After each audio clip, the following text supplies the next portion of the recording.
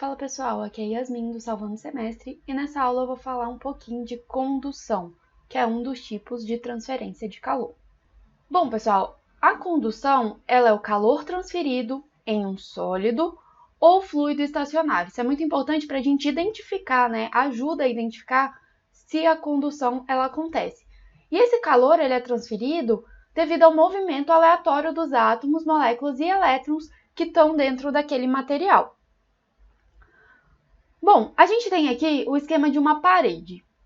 Essa parede, na superfície à esquerda, ela tem uma temperatura 1, na superfície à direita, ela tem a temperatura 2. Como eu disse lá no vídeo introdutório, para ter transferência de calor, a gente tem que ter diferença de temperatura. Então, aqui a nossa temperatura 1, ela é maior que a nossa temperatura 2. A gente vai ter um gradiente de temperatura, A temperatura ela vai mudando, aqui dentro até chegar à temperatura 2. E o nosso calor, ele vai passar através de uma área, E ele vai da temperatura maior para a temperatura menor. Bom, antes da gente fazer a conta, a gente faz algumas considerações no exercício, que são, no caso da condução, geralmente que o meio é estacionário, ou seja, não tem movimento macroscópico. O gradiente de temperatura é mantido, então essa diferença aqui, ela é mantida. E a condução, ela vai ser unidimensional. Aqui no início, a gente vai tratar como unidimensional. Mais para frente, a gente vai falar da transferência de calor bidimensional. E como que a gente justifica essa condução de calor unidimensional? A gente fala que essa área, ela é muito maior que essas duas. Então, a gente considera uma condução unidimensional. E essas considerações estão sendo levadas em conta, para fazer o equacionamento da condução. Bom, e como que a gente faz o cálculo, do fluxo? A gente tem aqui, a nossa parede, com a diferença de temperatura, o nosso gradiente de temperatura, o nosso fluxo passando aqui da maior temperatura para a menor temperatura. A equação de fluxo para a condução, ela é a lei de Fourier. A lei de Fourier, ela nos fala que o fluxo, que é o Q duas linhas x, é igual a menos K dt dx. O dt dx é o meu gradiente de temperatura, e ele é dado em Kelvin por metro. Então, a gente tem aqui o ΔT seria pelo x, que é a espessura da minha parede. Então, Kelvin por metro. O K, ele é a minha condutividade térmica. Então, ele é dado em watts por metro vezes Kelvin. E o meu fluxo térmico, que é o meu Q duas linhas x, ele é dado em watts por metro quadrado, porque ele trata de calor por área. Bom, essa questão do Q duas linhas x, essa forma de escrita do fluxo, os símbolos de fluxo, de taxa, de calor, eu explico no vídeo introdutório, eu vou deixar ele aqui nos cards. Bom, o meu fluxo térmico, ele é por uma área, mas qual área? Ele é a área perpendicular ao fluxo. Então, se o meu fluxo ele vem daqui para cá, eu vou tratar nessa área aqui. Essa é a área por onde está passando. A condutividade térmica, ela depende do material. Ou seja, é isso aqui que indica se a gente tem um material isolante ou um material condutor. E esse menos aqui, ele é devido ao fluxo ser em temperatura decrescente. Então, a gente vai da maior temperatura para a menor temperatura. Então, se eu tenho um valor, essa diferença de temperatura vai dar negativo. E esse menos aqui tá para corrigir, digamos, esse fato. Ainda falando do K, quando a gente tem uma diferença de temperatura alta, ou seja, a minha temperatura 1 aqui, da superfície esquerda, é muito maior que a minha temperatura 2, elas são muito diferentes, A diferença entre elas é muito grande, eu tenho um material isolante. Por quê? Porque o calor, ele está tendo muita dificuldade de passar por essa parede. Então, a minha T1 e a minha T2 vão ser muito diferentes. Então, um ΔT alto indica um material isolante. E um material isolante, ele tem uma baixa condutividade térmica, Então, se o meu K é pequeno, o material é isolante. Já se o meu K ele é elevado, eu vou ter um material condutor e o meu ΔT ele vai ser baixo, porque o calor vai passar por esse material muito facilmente. Então, ele está deixando passar calor mais fácil, a resistência a essa transferência de calor é mais baixa. Então, quando eu quero, por exemplo, que o meu calor seja retido aqui no lado de T1, eu tenho que usar um material com K baixo para que esse calor não passe facilmente pela minha parede. Bom, vamos falar agora da nossa equação de taxa, né? Aqui a gente tem um fluxo passando o mesmo esquema da parede anterior. A taxa, como a gente viu no vídeo introdutório, ela é Qx igual a Q duas linhas x, que é o nosso fluxo, vezes a área. Ela vai sair, então, em watts, a unidade dela, né? Porque fluxo é watts por metro quadrado, a gente tem a área aqui, né, em metro quadrado, vai sair, então, em watts, a nossa taxa. O nosso fluxo, a gente acabou de ver, ele é menos K dt dx. Só que o nosso dt dx, ele pode ser escrito, né, quando a gente considera uma distribuição de temperatura aqui linear, ele vai ser o meu T2 menos o meu T1 dividido pelo x, que aqui é o nosso L, que é a espessura, né, da parede.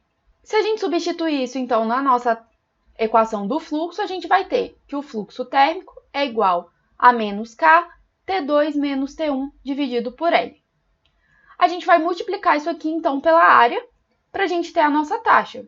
Então, a taxa vai ser K vezes A, T1 menos T2 dividido por L.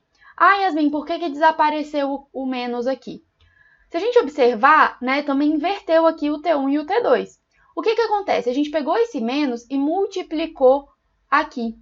Então, a gente vai ter, né, menos 1 vezes T2 menos T1, que vai ficar menos T2 mais T1. Se a gente, né, mudar a ordem aqui, fica T1 menos T2.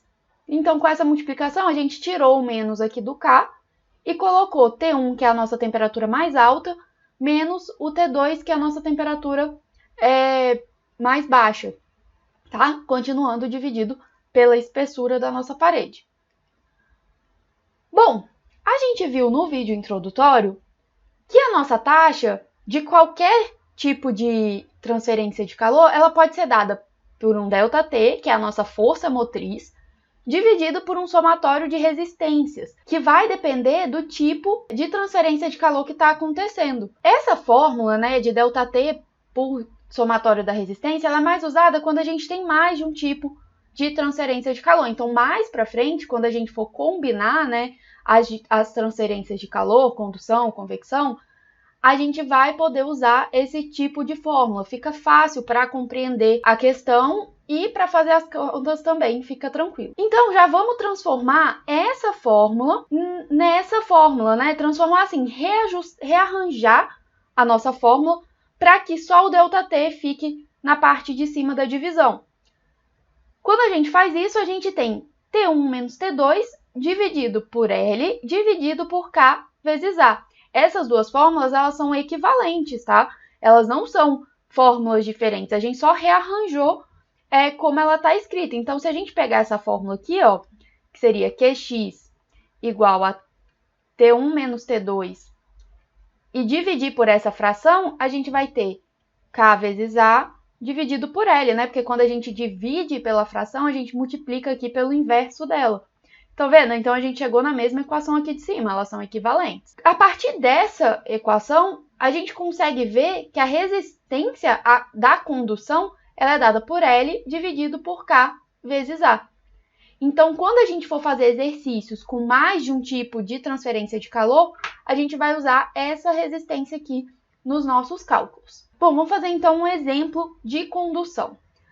A parede de um forno industrial é construída em tijolo refratário com 0,15 metros de espessura, cuja condutividade térmica é de 1,7. Medidas efetuadas ao longo da operação em regime estacionário revelam temperaturas de 1400 e 1150 Kelvin, nas paredes interna e externa, respectivamente. Qual a taxa de calor perdida através da parede, que mede 0,5 metro por 1,2 metro? Primeiro passo para a gente resolver um exercício de transferência de calor é fazer o esquema dele, o que está acontecendo, desenhar mesmo o que está acontecendo. Então, a gente tem aqui uma parede, a gente vai ter aqui a nossa temperatura 1 de 1400 Kelvin, a nossa temperatura 2, 1150 Kelvin, a espessura da nossa parede, 0,15 metros. Aí aqui, as dimensões, né, dessa parede do forno, que é 1,2 metros e 0,5 metros. Aqui tá fora de escala, tá, pessoal? É bem esquemático mesmo. E a gente tem também que o nosso K, ele é 1,7 watts por metro vezes Kelvin. Depois que a gente anotou todos os dados, a gente confere se todas as nossas unidades estão coerentes, né? Aqui é metro, então tá tudo em metro as medidas. É Kelvin, então tá tudo em Kelvin as medidas. Depois disso, a gente tem que identificar o que ele pede, né? Ele pediu a nossa taxa de calor, ele pediu o nosso Q. Então, ele pediu a nossa taxa de calor. O nosso calor, ele vai sempre da maior temperatura para menor, então ele está passando aqui, né? Esse é o sentido dele. E a gente quer a nossa taxa. Lembrando, taxa a gente tem que sobrar com unidade watts. Bom, depois que a gente fez o esquema, a gente passa para as considerações. Também é bem importante. As nossas considerações são, né? Meio estacionário, o próprio exercício fala, mas quando se trata de condução, o meio vai ser estacionário. Condutividade térmica constante. Essa é uma consideração que a gente coloca basicamente em todo exercício, porque ele só dá um valor, né? Então a gente considera como constante. E a condução unidimensional, aqui a gente, né, colocou unidimensional em X através dessa área aqui. Bom, vamos fazer então, né, agora os nossos cálculos. A gente tem que Q de X é igual a K vezes área T1 menos T2 dividido por L. Vamos começar então calculando a nossa área. Calcular separado, mas você poderia colocar os valores direto aqui. A nossa área ela vai ser 0,5 vezes 1,2, porque a área é perpendicular à nossa transferência de calor. E isso aqui vai ser igual a 0,6 metros quadrados. Agora, a gente vai simplesmente aplicar a fórmula, né? Que x vai ser igual a K, que é 1,7, vezes área, que é 0,6, vezes a diferença de temperatura, 1.400 menos 1.150, dividido pelo meu L, que é 0,15 metros.